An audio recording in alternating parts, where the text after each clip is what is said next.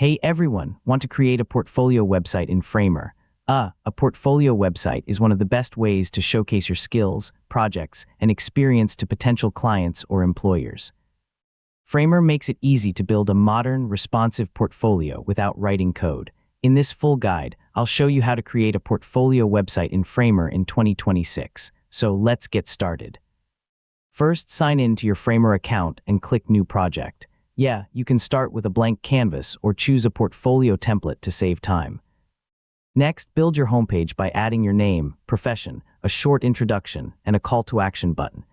This hero section should clearly communicate who you are and what you do. Now create a projects section where you can display your best work.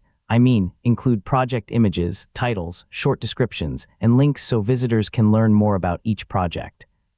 Include an About Me section to share your background, skills, and experience. Yeah, you should also add a contact section with your email address, social media links, or a contact form so visitors can easily reach you. Personalize your portfolio by updating colors, typography, spacing, and animations to match your personal brand. Keeping the design clean and consistent helps your work stand out. Before publishing, preview your portfolio on desktop, tablet, and mobile devices to ensure everything looks great. Yeah, when you're satisfied, click Publish to make your portfolio website live.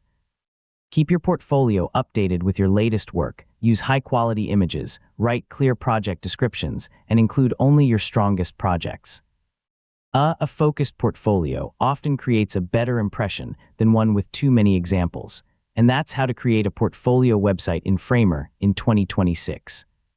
Whether you're a designer, developer, photographer, writer, or freelancer, Framer gives you everything you need to build a professional online portfolio without coding.